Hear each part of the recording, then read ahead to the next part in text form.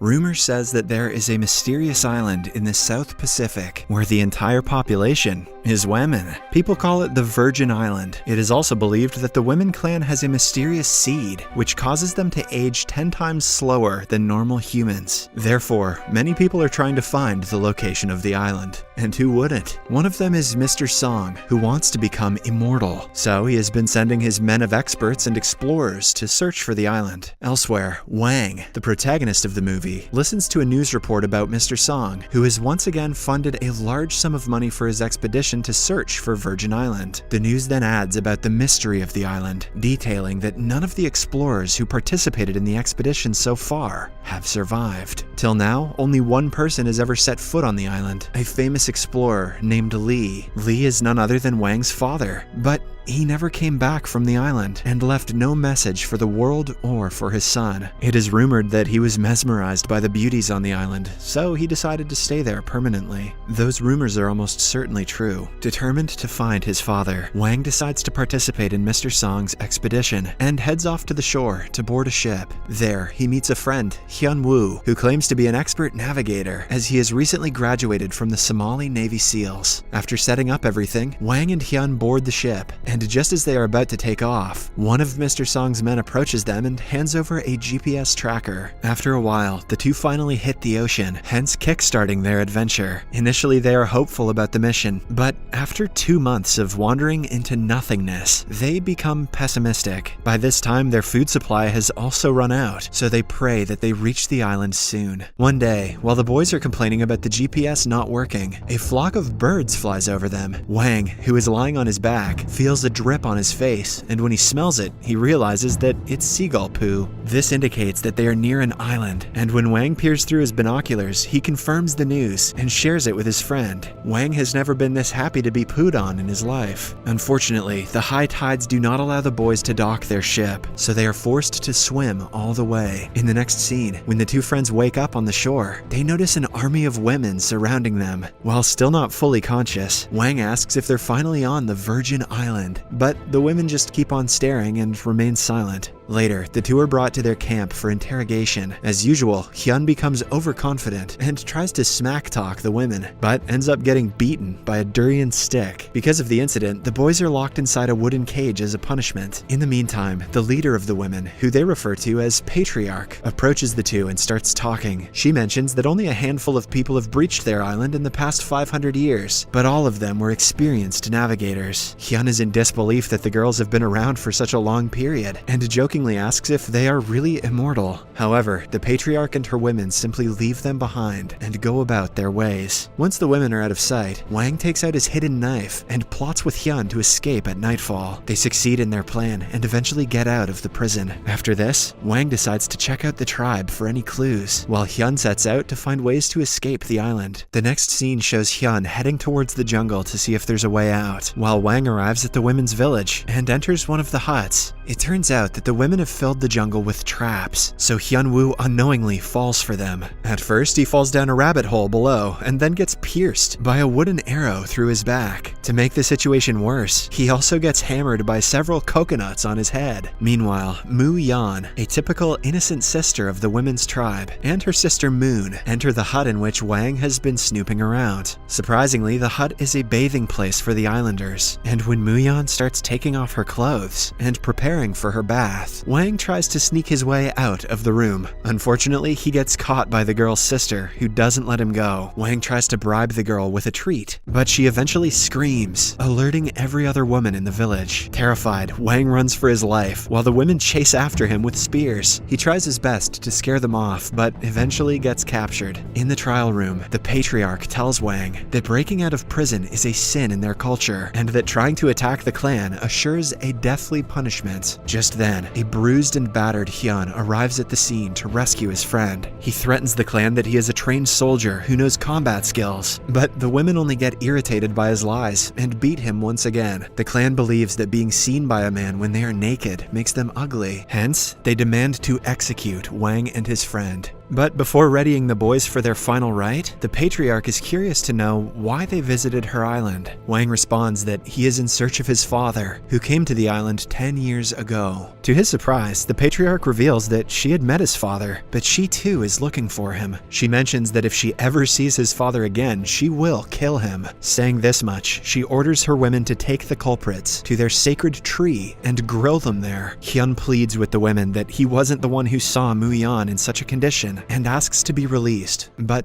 to no avail. Next, the women prepare the grill, while the boys are tied and kept separately in 2 giant barrels. Hyun fears that they are being marinated before being roasted, but he is interrupted by Mu-yeon, who has finally come to face her pervert. She lashes out at Wang for spying on her and tells him that to lift the curse of being ugly, she has to kill him. However, just when it appears that she is about to finish him off with a knife, she instead cuts open his rope. Before letting the two escape, the innocent Mu-yeon asserts that she hates Wang, but at the same time, she doesn't want him to die because of her. Unfortunately, the boys take the jungle's way and fall for the set traps. The following morning, Wang and Hyun are once again captured and tied in front of the sacred tree. The women prepare different kinds of ingredients and light a fire to marinate the boys and eat them after roasting. But the process is interrupted when Chun-hwa, one of the women from the clan, drowns in the ocean. While the women rush to the shore, the boys take this opportunity to escape by burning their tight ropes. They also flee the scene, not realizing that they have put fire to the sacred tree. Meanwhile, the women cry in pain after seeing their friends struggling in the ocean. The two friends prepare to use the distraction to sneak out of the place, but at the last second, Wang changes his mind and decides to help the drowning girl. Without thinking about the time when the islanders wanted to kill him and his friend, Wang goes to the shore and swims in the ocean to rescue Chun-hwa. After he brings her back to the shore, Hyun jumps into action and prepares CPR on an unconscious Chun-hwa. Fortunately, she starts breathing again, and the women applaud the boy's bravery. Later, Wang and Hyun are once again brought in front of the patriarch. Chun-hwa wants her leader to excuse the boys as they saved her life. At this point, she has already started to develop feelings for Hyun. The patriarch also thinks of pardoning the boys, but just then, she is informed that their sacred tree has been burned and destroyed. After getting to know that Wang and Hyun are behind this incident, the patriarch decides to execute them immediately. However, Mu-yeon and Chun-hwa suggest they give the boys one last chance. As a result, the patriarch reluctantly gives them 3 months to restore the tree. If the tree doesn't come back to life, they will be killed mercilessly. The next day, Wang and Hyun try their best to polish charcoal off the tree and water it. As time passes, the boys become close to the women as they help them in their everyday life. With the use of their modern tools and techniques, Wang and Hyun catch huge fish and teach them to grow vegetables. Meanwhile, Chun-hwa tries her best to grab Hyun's attention and brings him flowers and durian every day. One day, when Wang tries to find a signal on his GPS, he notices a viper lurking behind Mu-yeon. He immediately springs into action and rescues her. As the two lay down in a romantic manner, Mu-yeon reveals that the snake is actually her pet. The following day, Wang and Hyun are elated to find the sacred tree sprouting. Later that night, all the island women, along with the boys, celebrate with a feast and dance together. Wang notices Mu-yeon peacefully dancing and remarks that the value of life isn't about the length of time, but rather about something that is worth protecting with your life. He then notes that he is lucky to have found it, as he wants to protect Mu-yeon and her tribe.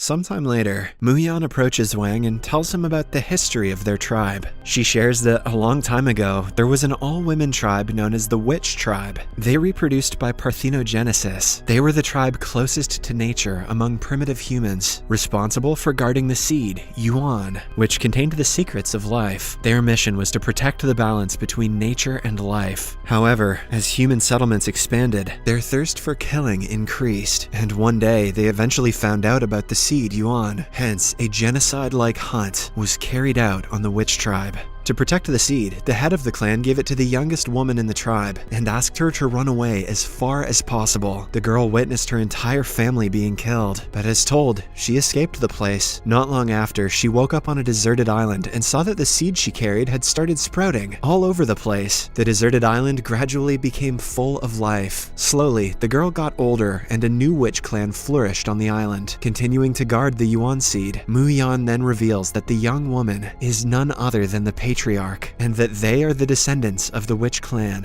The following morning, she takes Wang to the place where she had last seen his father. There, Wang finds his father's old journal, where he has written about his time with the witch clan. He writes that it was because of their warm gesture, kindness, simplicity, and reverence for life that he didn't want the expedition to destroy their life. So, he never reported back, hoping that the clan and their secrets of life remained secluded from the greed of modern men. He then concludes his journal, portraying his worry for Wang, and hopes that his son will understand the choices he made. In the next scene, Wang realizes what he has to do and destroys the GPS tracker. But before he and Hyun can walk away, they hear a beep coming from the GPS, indicating that it's still working. Elsewhere, Mr. Song is notified about the island's location. The boys then rush to the patriarch and warn her to leave the island immediately, as Mr. Song and his men are on their way to get the seed that they have been protecting. They then devise a plan to seduce the men, lure them in, and take them out one by one. Soon enough, Mr. Song arrives with his crew and orders 4 of his men to check the island. The men arrive at the village, but they are surprised to see beautiful women waiting for them. We weren't expecting to see women on this island of women. Next, the women play their part, get the men drunk, and successfully knock them out. After his men don't report back, Mr. Song himself ventures into the island and starts his inspection. Wang and Hyun greet him at the gate and try to convince him that it isn't the Virgin Island that he was after, but Mr. Song is no fool, so he orders his men to tie up the women, along with the 2 boys. He then threatens the patriarch and asks her for the secret of life so that he can become immortal like them. When she refuses, Mr. Song threatens to kill Moon. As a result, the women reluctantly guide Mr. Song and his men to the place where they have hidden the Yuan seed. However, on the way, when Chun Hua knocks down a man, the whole tribe fights back. Meanwhile, Mr. Song escapes the place with Wang and forces him to wear a time bomb. He then threatens to detonate it if he doesn't reveal the secret of the witch clan. Just then, Hyun, along with the women, arrive at the scene and subdue Mr. Song. However, during the process, Mr. Song manages to press the button and activates a 30-second countdown on the bomb. With time running out, Wang realizes that he has to make the ultimate sacrifice, so he runs towards the ocean alone. While running, Wang has a lot of thoughts in his mind. After all the experiences he has had with the women's clan, he finally understands that their mission is to protect the balance between nature and life. He also understands the sacrifice that his father made back then. Now, he has to make this same sacrifice to protect the clan. Soon, the bomb explodes in the sea. Seeing this, Muyan screams in agony, while the others weep over the loss of the man who has made the ultimate sacrifice. Then, the screen goes black. In the post-credits scene, Wang is shown miraculously waking up, as it seems that the magic of the island has resurrected him for his selfless sacrifice. Subscribe for more videos like this, turn on notifications, and leave a like to help the channel out. Thank you for watching.